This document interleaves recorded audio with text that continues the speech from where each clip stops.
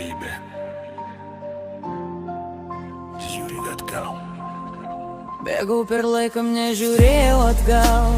Maniau, kad ramybė tik silpnumo ženklas, bet kiekvienas žingsnis paliko šešėlį, kuris tyliai sekė, kol sustojau viena.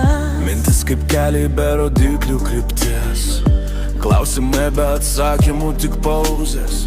Ir kai nustojau kovot su savim, ramybė pirmą kartą pažvelgė į akis.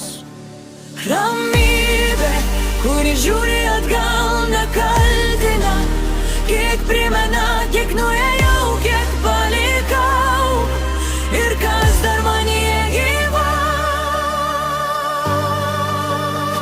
Ne visos kovos buvo garsios, ne visi pralaimėjimai matomi, bet kiekviena tyli naktis išmokė mane būti savimi. Aš nebeskūnu laiko, leidžiu jam tekėt per mane, nes ramybė ateina tada, kai priimi, kas buvai vakar. Ramybė, kuri žiūri atgal, be pykčio, be melo, be baimės, jis sako, tu dar čia.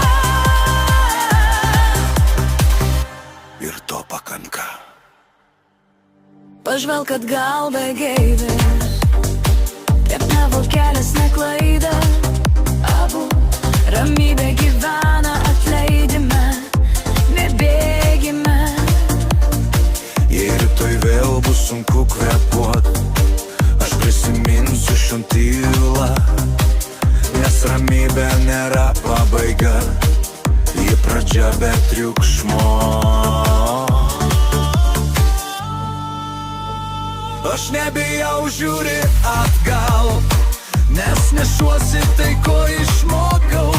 Ir jei pasaulis vėl triukšmaus, ramybė tyliai stovis šalia. Ramybė, kuri žiūri atgal, nelaiko, o supratimo pilna, ji primena, kas aš esu, kai viskas nutyla.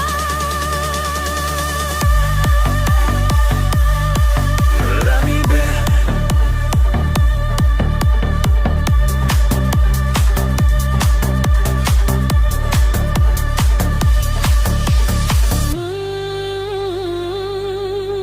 ramybė, kuri žiūri atgal.